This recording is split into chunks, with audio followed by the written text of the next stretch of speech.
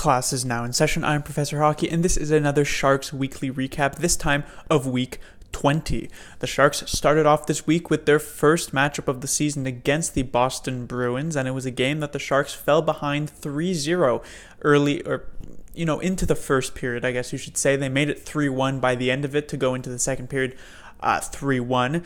Then the Sharks staged a pretty substantial comeback, ended up making it 5-4 with about 5 or so minutes to go in the third period. However, the Bruins get a bit of a lucky call from the referees, as the goal that is scored to tie this game is not called off for the high stick. It goes into overtime 5-5, and the Bruins win it 6-5. The Sharks' next game was against the Pittsburgh Penguins, a rematch of a game earlier this season, which the Sharks dominated in a big 5-2 victory. And the Sharks once again took control of this one, 3 goals early in the first period. And they finished it off for Jones' second shutout of the year, 4-0. The Sharks then flew over to Columbus for a date against the Columbus Blue Jackets, who had recently acquired star centerman Matt Duchene, and the Sharks did not seem ready to play here in Columbus in this afternoon game, and they sort of got dominated in this one, losing it 4-0. The Sharks then had to fly to Detroit for a game the following day, as they played again in the afternoon against the Red Wings, and while the Sharks fell behind 3-1 early in the second period, they staged another big comeback. This time it would not be trifled by a bad call from a referee, and they would take it 5-3, including a Joe Pavelski natural hat trick, as he scored goals 3, 4, and 5 on the empty net.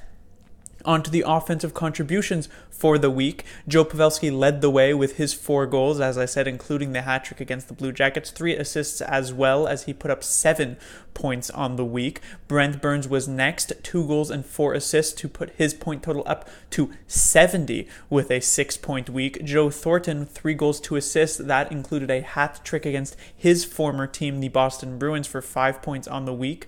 Logan Couture, a goal and 3 assists for 4 points, putting his point total up to 57. Tomas Hertl, 2 goals, 1 assist, putting his goal and assist total up to 28.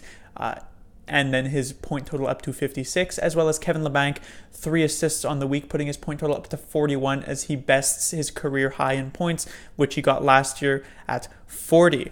On to the news of the week. I expected in my previous recap that I would not have to talk about Karlsson injuries again, but yet here we are, as he re-aggravated his groin injury in the game against the Columbus Blue Jackets, and he did not play against the Detroit Red Wings. And so right now it seems as though Karlsson's fate is completely up in the air. It's possible that he returns rather soon. It's also possible that he's not back for a few games, possibly even until right before the playoffs, you could say.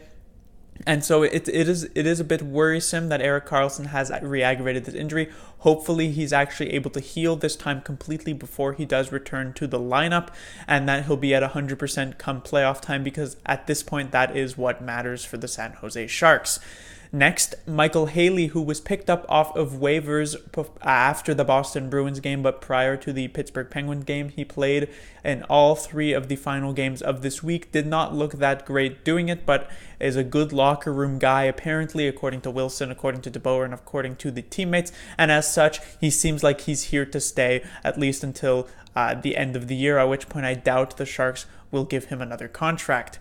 Finally, the Sharks made a big move at the trade deadline. Of course, at the time of filming this video, the trade deadline has come and gone, and the Sharks decided to trade away a 2nd-round pick as well as a conditional 3rd-round pick for Gustav Nyquist from the Detroit Red Wings. That conditional 3rd-round pick will become a 2nd-round pick if the Sharks are to either make the Stanley Cup Finals or are to re-sign Gustav Nyquist. And I will go a bit more into this trade in a following video that I'll have recapping the trade deadline and recapping the trade deadline for the San Jose Sharks. But just to announce that this is a trade that was made. The Sharks bolster their offensive depth, and they decide not to make a move either for a depth forward who could potentially play 4th line center, and also decide not to make a move for some goaltending assistance like some people may have thought. Class dismissed.